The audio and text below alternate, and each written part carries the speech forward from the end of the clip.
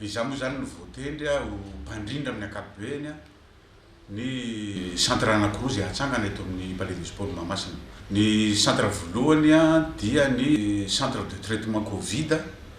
zay azo lazaina hoe mitovy amin'izay efa natsangana any Alarobia sy Ivato. Ny centre faharoa dia misy ny centre de plateforme digitale zay nendreketan'ny BIS teo aloha dia navadika eto amin'ny palais de sport io zany io centre io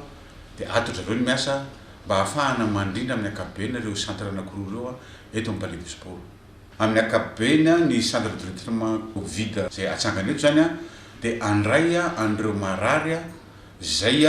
na le olona tonga amin'ny manatona fitoeram-pitsaboana na ihany koa le olona efa avy niantso an-tarobia tao amin'ilay centre digital dia centre digital rehefa avy eo plateforme digital no mandefa an'ilay olona maketo amin'ny centre de traitement Covid palais de sport dia amin'izay fotoan'izay ny dokotera eto no mandray an-tanana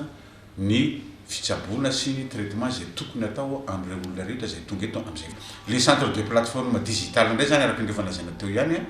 dia ao misy ny lahara-tarobia iantson'ny olona rehetrarehetra zay miantso azy dia ry zareo indray no mandrindra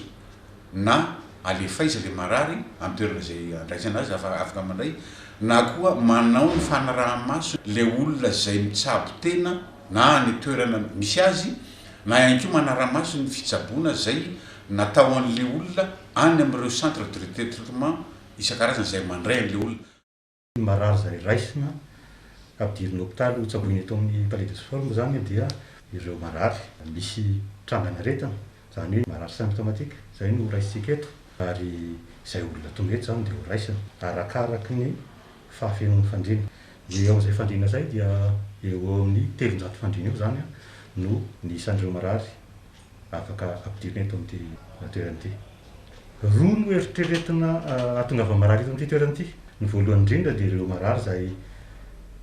afindra ny toeram-pitsaboana makaty aminay na ireo marary zay hoentin'ny ambulance na ireo marary zay iandreketan'ny brigade d'intervention spéciale satria izay koa dia ao anatin'ny asany ny miantso an-tarobia ny marary na antso ny marary an-tarobia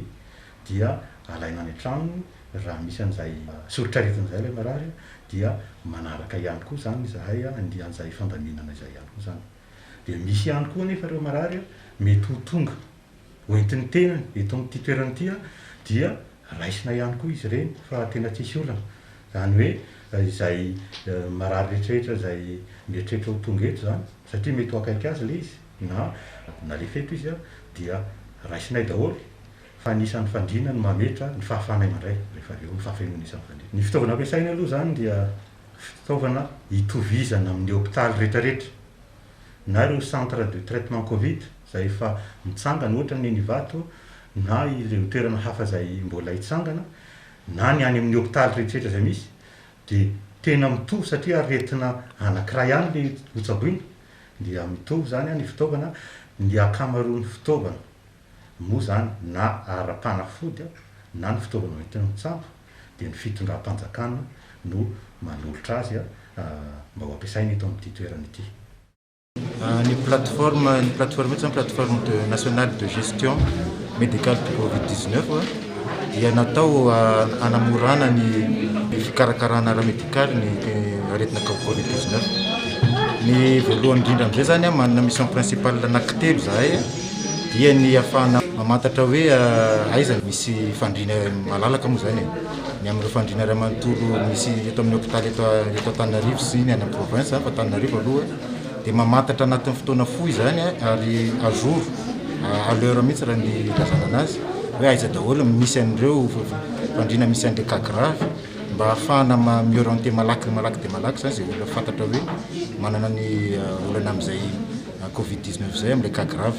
Miandry appel zany amin'ny 914 foana ny appel isaky ny 5 minitra zany dia tonga aty aminay ny antso avy any amin'ny olona rehefa misy zavatra manahirana. Ankoatran'izay koa zany dia manao fanaraha-maso an'ireo olona cas positif zay manomboka amin'ny déclaration izy hoe positif iny dia mahazo miantso an'ireo isan'andro hatramin'ny faha-efatra ambin'ny folo hatramin'ny J+14 zany dia avy eo 20 ora aoriana zay J+14 zay zany hoe J+16 rehefa tsy misy signe intsony le olona amin'ny J+14 ka hatramin'ny J+16 dia eo izy no considéré hoe guéri zany hoe sitrana le olona dia mijano eo ny fiantsoana azy fa manomtra an'izay 4 andro zay miantso ny olo isan'andro zay mba ahafahana hoe inona mahafantarana hoe inona ny fiovan'ny toe-pahasalaman'le olona zay ny tena antony voalohany indrindra zany. Ny plateforme zany dia misy cellule maro be ao anatiny eo zay ao anatin'izay ny cellule conduite et opération dia imbriqué ao anatin'izay zany brigade d'intervention spéciale Covid-19 zany hoe brigade io ihany zany no manao ny opération anay rehetrarehetra rehefa mahazo ny antso avy any amin'ny centre d'appel zay arahany cellule de coordination dia ankoatran'izay moa ny cellule suivi épidémiologique zany le manao le fanarahamaso teneniko teo hoe miantso ny marary voan'ny Covid zany hoe ny brigade d'intervention spéciale zany dia lasa ao anatin'ity plateforme ity amintsika miteny zany.